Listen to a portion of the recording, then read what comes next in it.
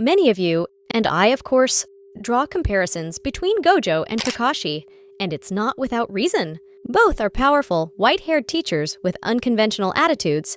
They share a history with a childhood friend turned villain, and don't forget both of them have special eyes too. However, the surprising twist is that Gojo wasn't inspired by Kakashi. Akutami says Gojo's design drew inspiration from Tobata Kitanbo. Hey, Jujutsu Kaisen fans! Today, we're uncovering an intriguing Easter egg that adds a sprinkle of magic to the Jujutsu journey. Before we start, heads up. This video is loaded with spoilers. If you need to catch up with the series, proceed with caution. If you're into uncovering anime mysteries and more, please support us by liking this video, hitting that subscribe button, and turning on the notification bell for future episodes. Without any further ado, let us freely curse each other!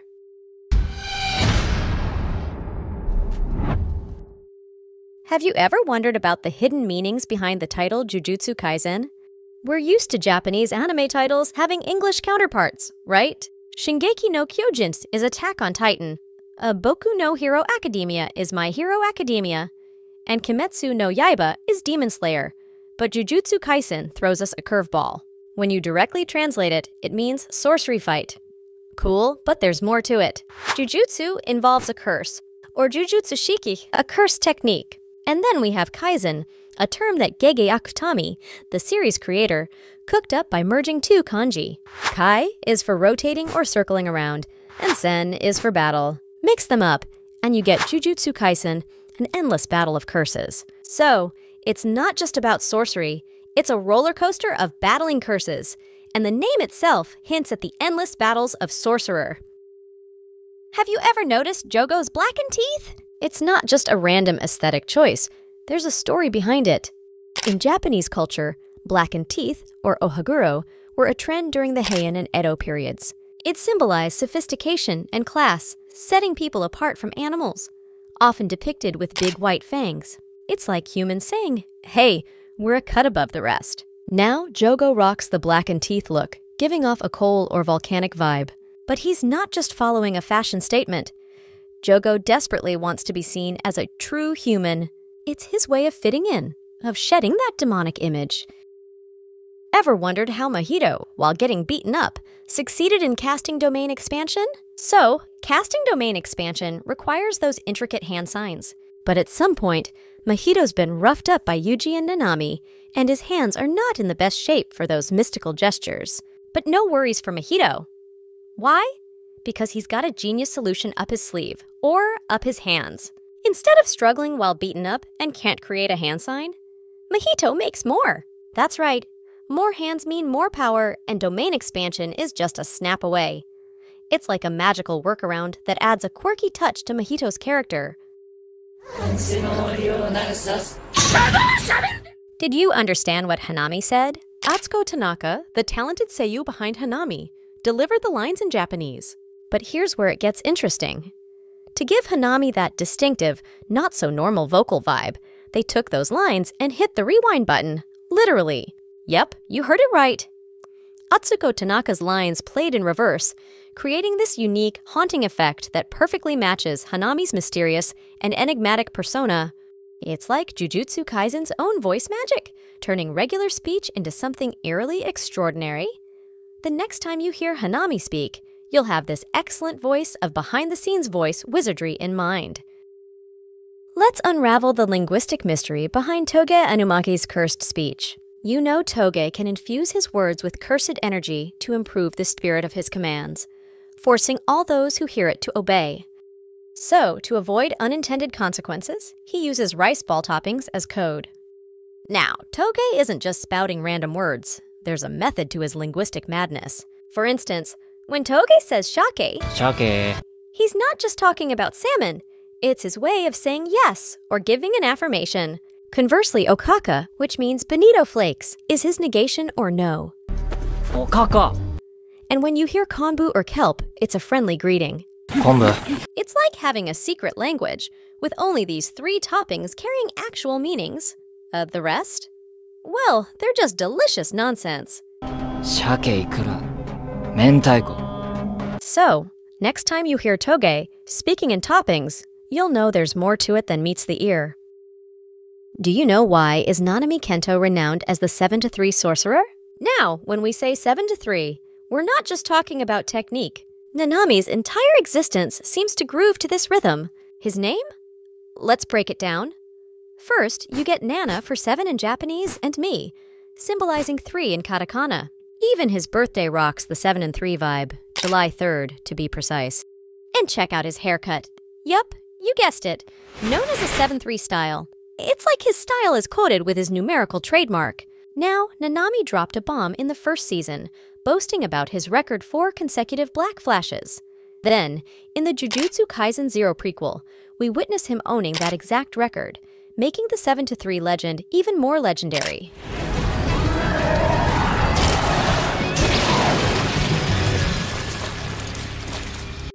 Yuji Itadori's name is more than just syllables. His given name, Yuji, is a nod to one of Akutami's former classmates.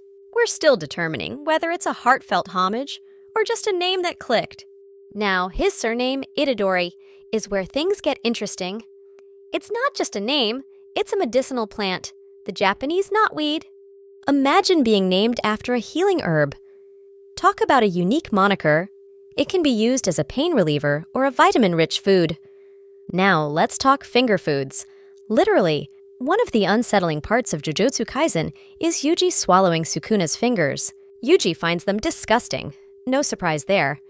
But in a fan Q&A, Akutami spilled the beans. They taste like soap.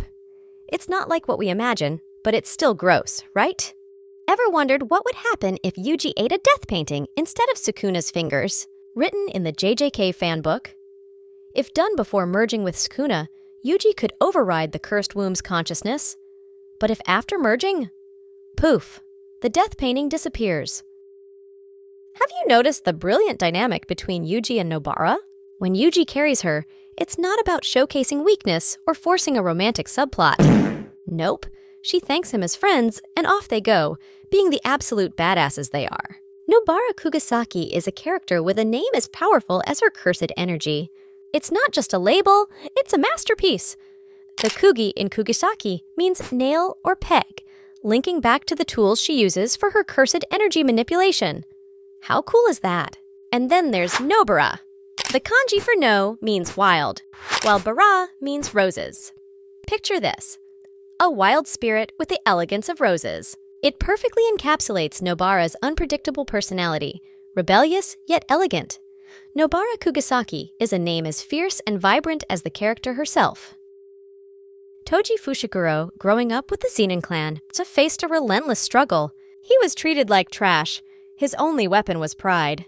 Denied by the Zenins, he was on the opposite end of the spectrum from the highly valued Gojo. Now, let's talk about takoyaki. Akutami confirmed it was a direct reference to Gojo's 6 eyes, visual storytelling at its finest. Toji is tearing it out, representing him taking on Gojo's abilities and stabbing chopsticks upright, symbolizing an offering to the dead. After his mission to eliminate Riko, Toji doesn't need to fight Gojo for the 2nd time, but for self-esteem, he has to crush the pinnacle of what disrespected him, to respect himself. For what? Yes, pride. Toji's deaths were profound. Both times, all he thought was about Megumi. His eyes were once lifeless, but then regained humanity when memories flooded in. Megumi needs to know about Toji, and the exchange of life and death is depicted even in swapping the colors of his clothes. In the face of death, he informs Gojo about Megumi's situation, showing his complex emotions. While Geto meets Toji's cursed spirit, the inventory curse, shaped like an earthworm, this becomes a crossroads for Geto and Gojo. As Toji's tale unfolds, Gojo ascends to heaven, while Geto descends to hell. Talk about bromance? Geto Suguru declares war on December 24th, which is Japan's romantic day, similar to Valentine's. Do you know why Geto uses that specific kessa? Because it's got Gojo's name in it. Yup, the kessa he wears is called the Gojo kessa. That's next-level friendship fashion.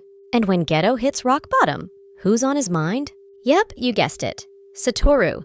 That's what is called bromance. Even though this bro is very close, but not with their chosen path, pay attention to the split scenes featuring this dynamic duo. It's not just random. It's foreshadowing the divergent paths they're destined to take. Jujutsu Kaisen loves opposite things, such as light and dark, often appear.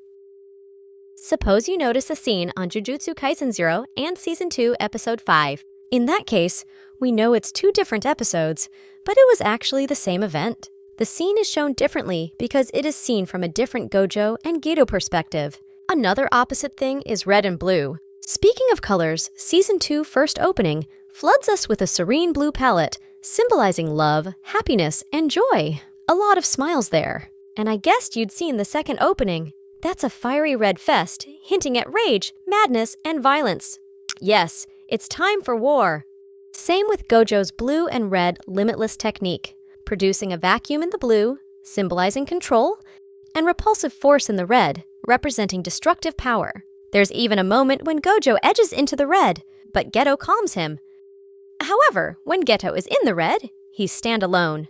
Gojo is nowhere in sight. But after Gojo found out that Geto had committed a crime, Gojo couldn't believe it and was very angry.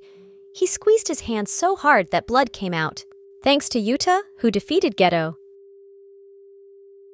Gojo will definitely not be able to fight his own friend. Gojo's name isn't just a whimsical creation. His surname, Gojo, quite literally means Fifth Street.